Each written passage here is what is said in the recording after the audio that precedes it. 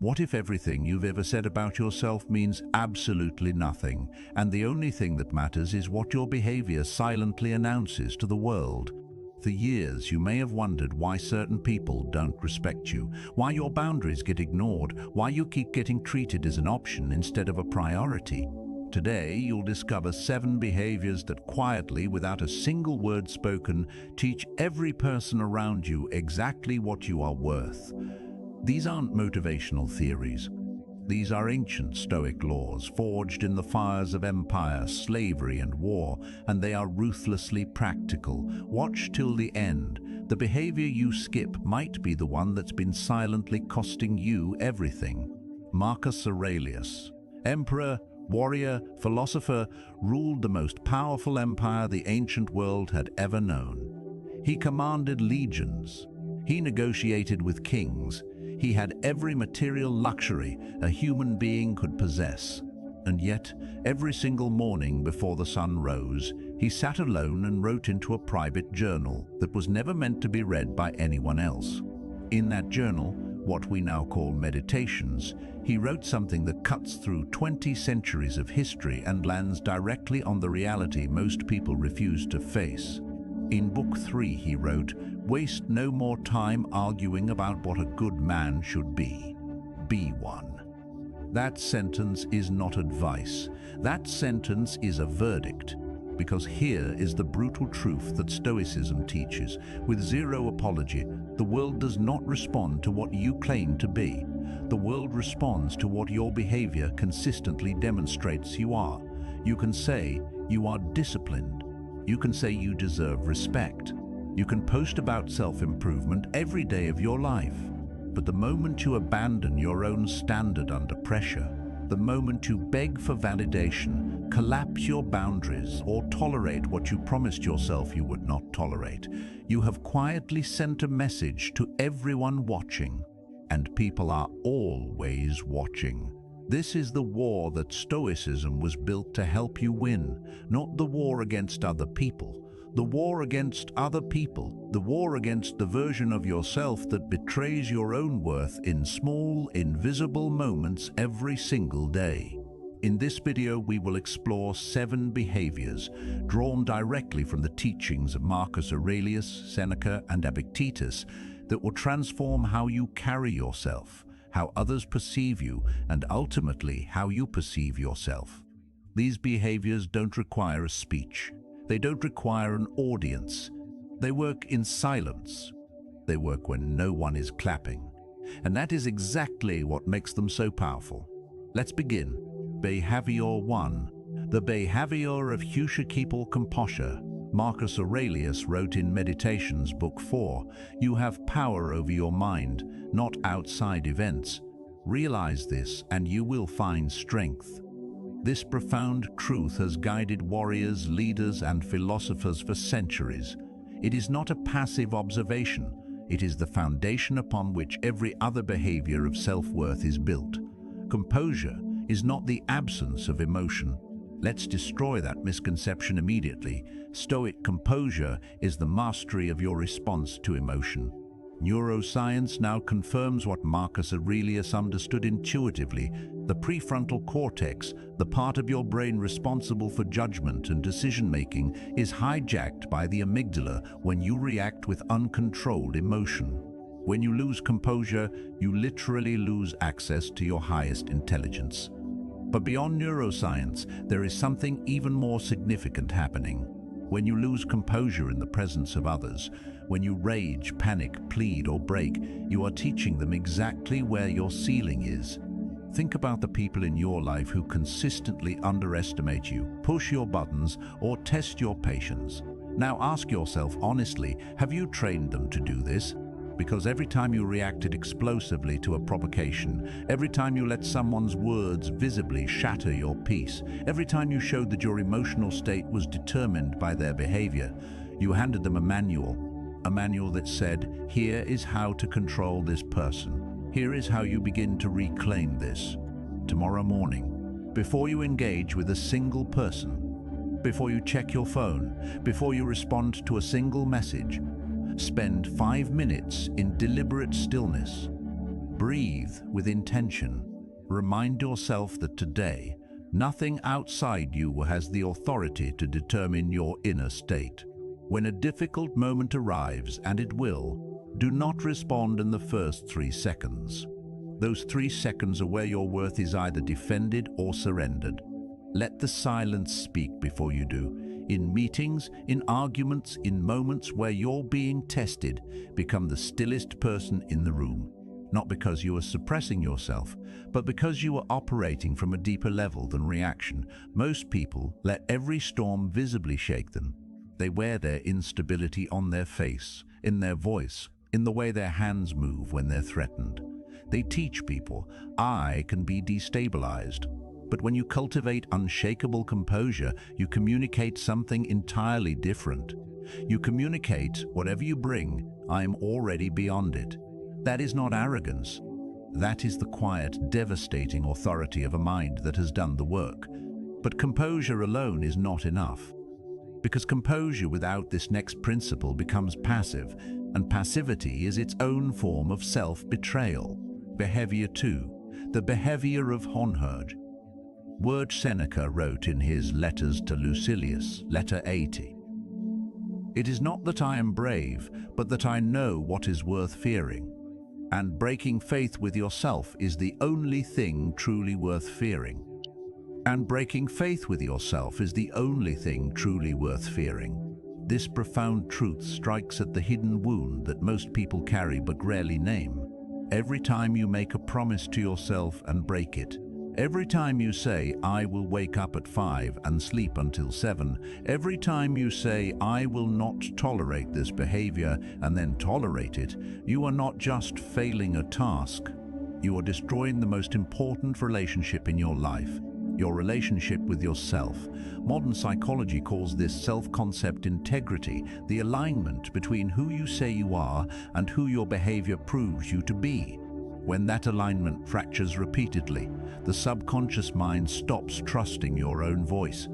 And when you stop trusting yourself, it radiates outward. People feel it before they can name it. You've experienced this with others. You've met people who say all the right things, but somehow you just don't believe them. Something feels hollow. Something feels unreliable. That feeling isn't irrational. It's your intuition reading the gap between their words and their pattern of behavior. Now consider, are you that person to the people around you? Are you the one who announces bold intentions and follows through on none of them? Are you the one who sets a boundary and then abandons it the moment it becomes uncomfortable? Because if you are, people have already quietly recalibrated your worth, and they did it without malice. They simply responded to your data. The practice is simple. It is not easy, but it is simple. Begin with small, unbreakable promises to yourself, not the grand declarations. Those are where people fall. Start with something you will not fail. Wake up 5 minutes earlier. Finish one task before switching to another. Keep one commitment to yourself today that costs you something small but real. Then do it again tomorrow and the day after. What you are building brick by brick is the internal architecture of a person who can be trusted, first by themselves, then by the world. When you become someone who honors their word without exception, you do not need to announce your worth. People sense it the moment you enter a room. Your consistency becomes your reputation. Your reputation becomes your power, and the people who once tested you will stop because they will have learned through your behavior, not your words, that you are not someone who folds. If you think mastering your word is powerful, what we're about to discuss next will sharpen that power into something most people never develop. Let's move to behavior 3. Behavior 3, the behavior of selective presence. Epictetus wrote in the Enchiridion, chapter 33, "Be silent for the most part, or say only what is necessary, and say it in a few words."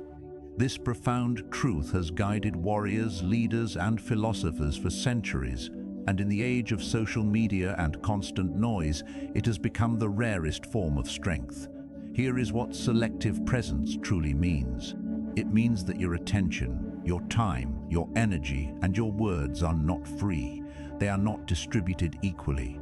They are not offered without reason. Most people give their presence away like it costs them nothing. They respond to every message instantly. They attend every social obligation out of guilt. They offer opinions in every conversation. They are perpetually available. And perpetual availability quietly teaches one thing: I have no standards for how my time is spent. Think about the people you respect most, the people whose opinion genuinely matters to you. Notice how they are not everywhere at once. Notice how their words are measured. Notice how securing their presence feels like an achievement rather than a default. That feeling of value isn't accidental. It is the direct result of their behavior communicating scarcity of the highest kind, not artificial scarcity, but genuine investment of self. Seneca warned in Letter 1, "Lay hold of today's task, depend less on hope. He who has wasted time fears to lose it." This is how you apply this immediately. In the next conversation you have, whether in person or in writing, pause before responding. Ask yourself, does this deserve my full presence? Is this worth my words? When you choose to be present, be entirely present. Put down the phone. Make eye contact. Listen to understand, not to reply. Presence, when given with full intention, is one of the most profound gifts one human can offer another. But when you choose not to engage, when a situation does not merit your full self, withdraw with grace and without apology. Learn to let silence do the heavy lifting. Learn to let your absence from certain conversations, certain conflicts, and certain circles speak louder than any argument you could make. Those who scatter themselves across every conversation teach people that they are everywhere and therefore nowhere essential. But when you become someone of selective presence, when people know that your attention must be earned, your worth is established not by what you say, but by the weight of your choice to show up at all. But there is a behavior that even selective presence cannot protect you from if you haven't mastered this next one, and it's the one most people think they have, until a moment of pressure proves they don't. Let's move to behavior 4. Behavior 4. The behavior of invoking boundaries without explanation.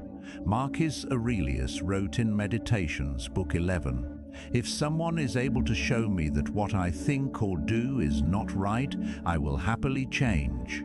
But if no valid argument is presented, I will not capitulate."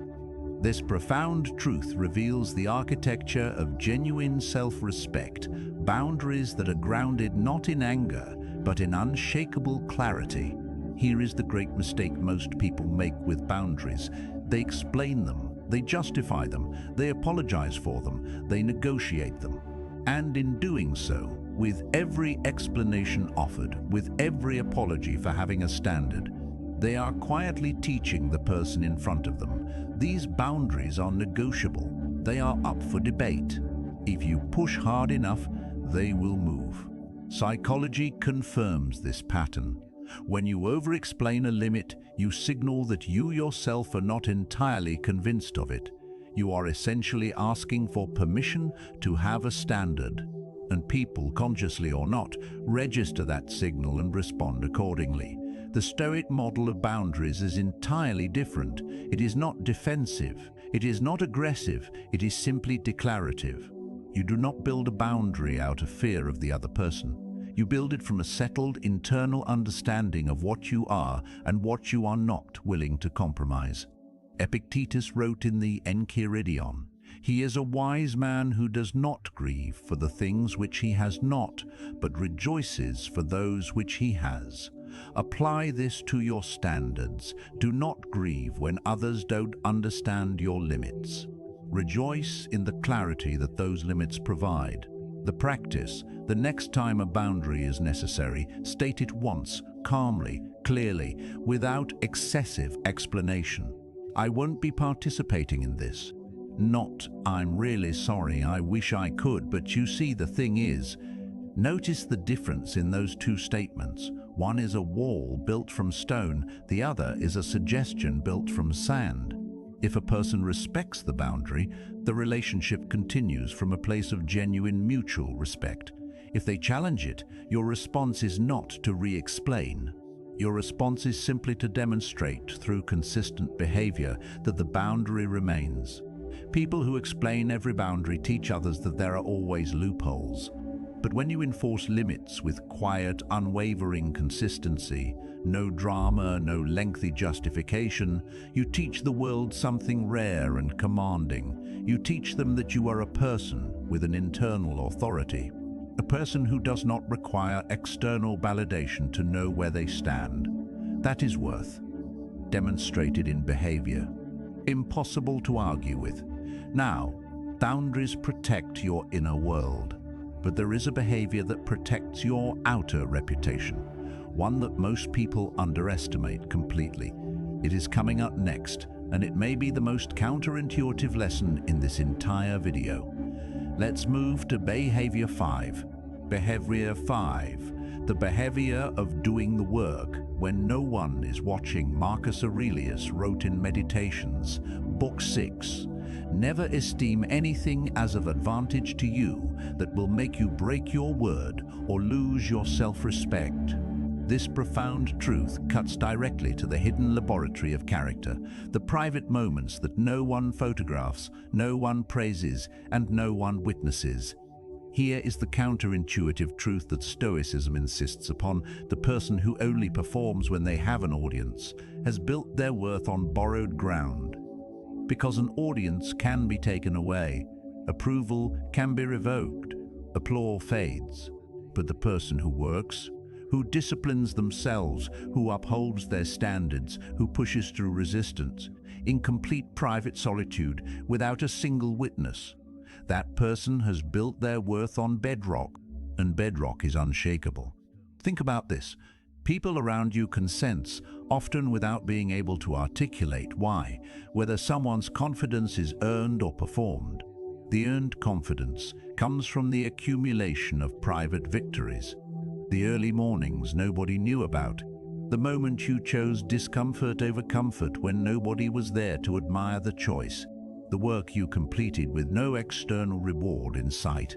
That private accumulation creates something that cannot be faked, a settled, quiet certainty about who you are. Seneca wrote in Letter 11, "Cherish some man of high character and keep him before your eyes, living as if he were watching you, acting as if he saw what you were doing." This is the practice. Identify the one behavior, just one, that you consistently do differently when you know you're being watched versus when you're alone. Maybe it's your work ethic. Maybe it's your commitment to health. Maybe it's the quality of effort you bring to your craft. That gap between your public behavior and your private behavior is the exact measurement of your character debt. The goal is to eliminate that gap entirely, not so that others will see, but so that you will know. Because here is the final truth of this principle: the world eventually sees what you do in private. Not always in a single revealing moment, but over time, through the compound interest of consistent private discipline. It surfaces in the way you speak, the way you carry yourself, the decisions you make without hesitation, and the presence you project into every room you enter.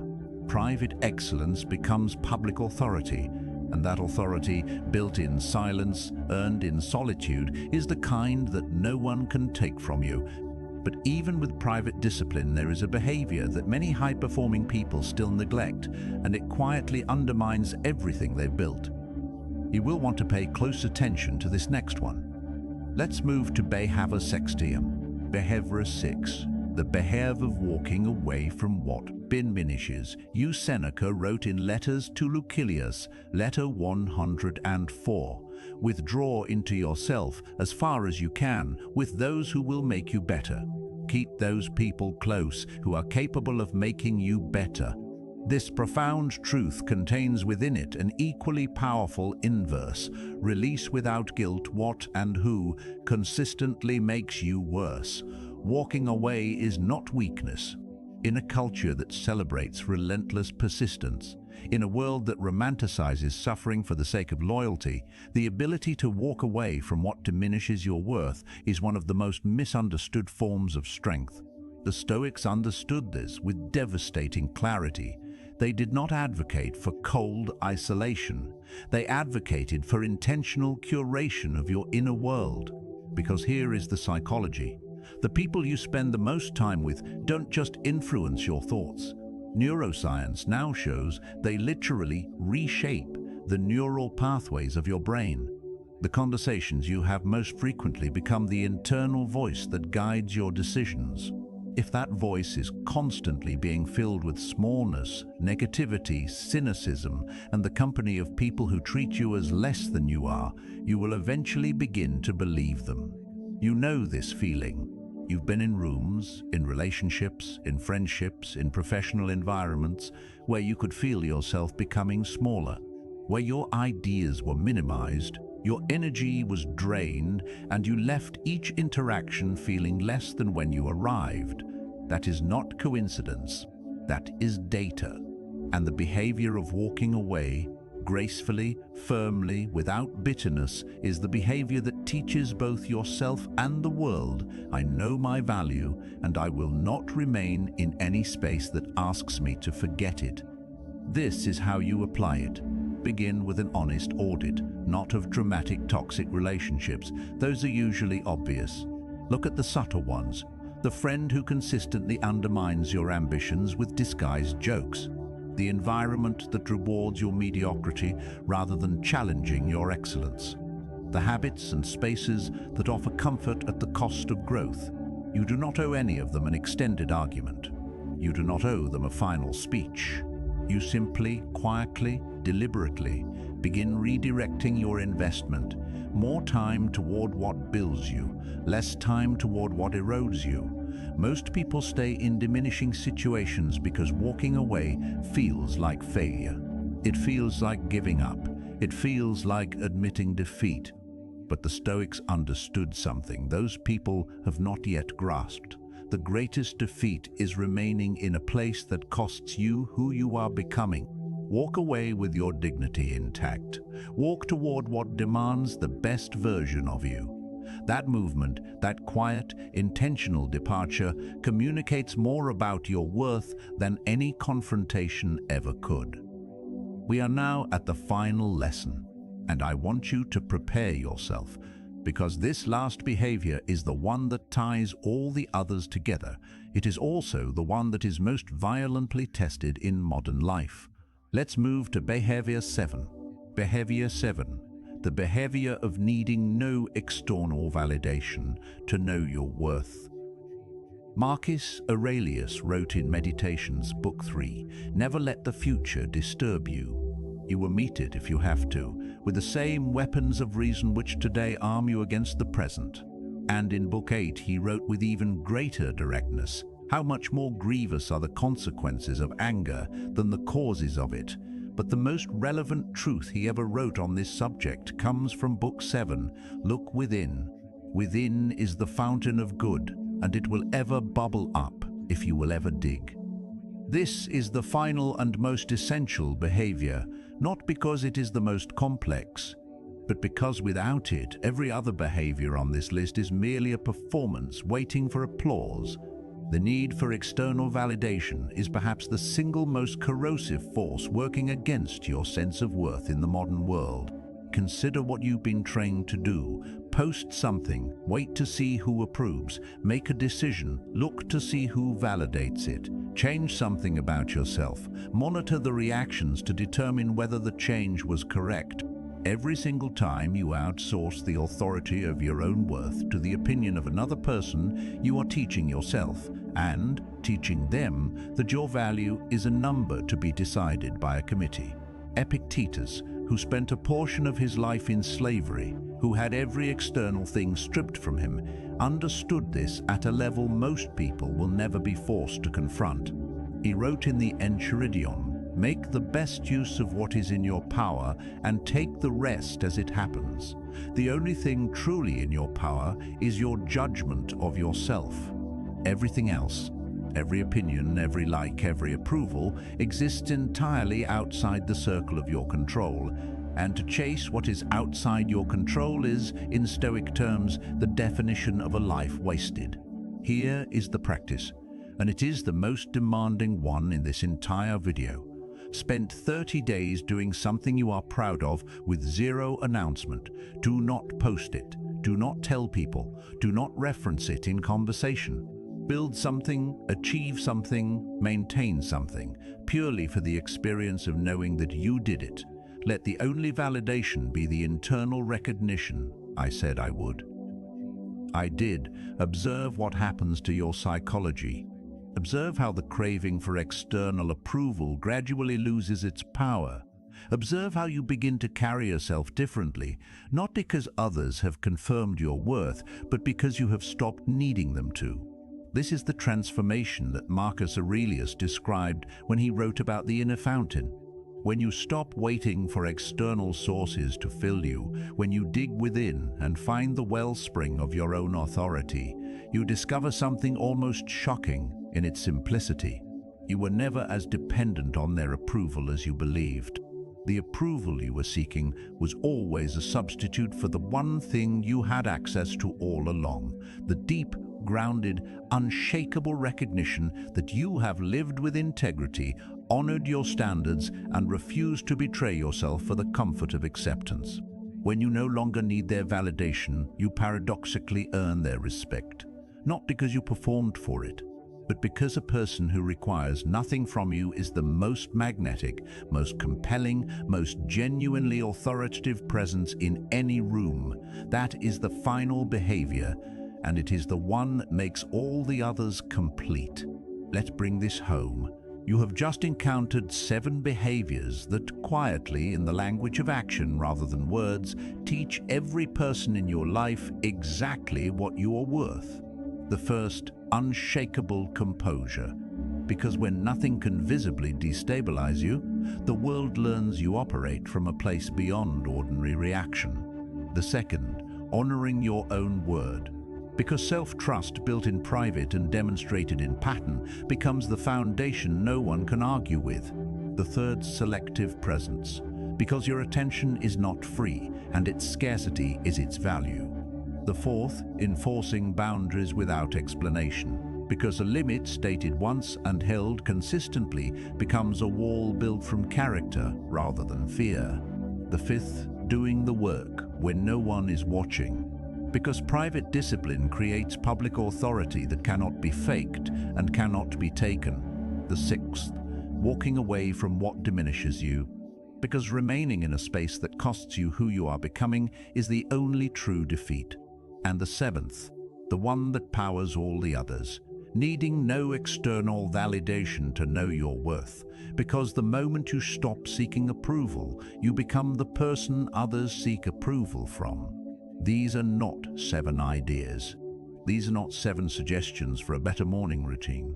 These are 7 forges, and every single day that you practice them, imperfectly, repeatedly, with honest recommitment after every failure, you are turning the raw material of who you currently are into the tempered, unbreakable person you were always capable of becoming. Marcus Aurelius was not born composed. Seneca was not born with boundaries. Epictetus was not born free. They became who they were through the relentless daily practice of choosing their behavior over their impulse, choosing their standard over their comfort, choosing themselves, not out of arrogance, but out of a deep and serious commitment to living with integrity. And you can do the same, not tomorrow, not when conditions are better, not when people finally treat you the way you deserve. Now, starting with the next conversation. The next decision, the next moment of pressure where you choose, quietly, powerfully, without announcement, to act in alignment with the person you are forging yourself to become. If this video reached something in you, if even one of these 7 principles landed in a place that felt true, tap like right now. That small action tells the algorithm that this kind of depth matters, and it helps this content reach the person who needs it most. Drop a comment below with the number of the lesson that hit hardest. Whether it was lesson 3 on selective presence or lesson 7 on releasing the need for validation. Tell me which one you're carrying with you. I read every single one. And if you are committed to studying Stoic philosophy not as a casual interest, but as a practice, as a genuine framework for living, then subscribe. Because every week we go deeper, we go harder, and we never apologize for demanding the best from the person willing to watch till the end. You are not here by accident. The fact that you watched this far tells me something about the kind of person you are choosing to become. Now go and demonstrate it, not in a post, not in a caption, in your behavior, in your silence, in your standard, in the invisible, unannounced decisions you make today when no one is watching and nothing is guaranteed except this: who you are in those moments is exactly who you are. Become the master of your mind. Rebuild, refocus, rise,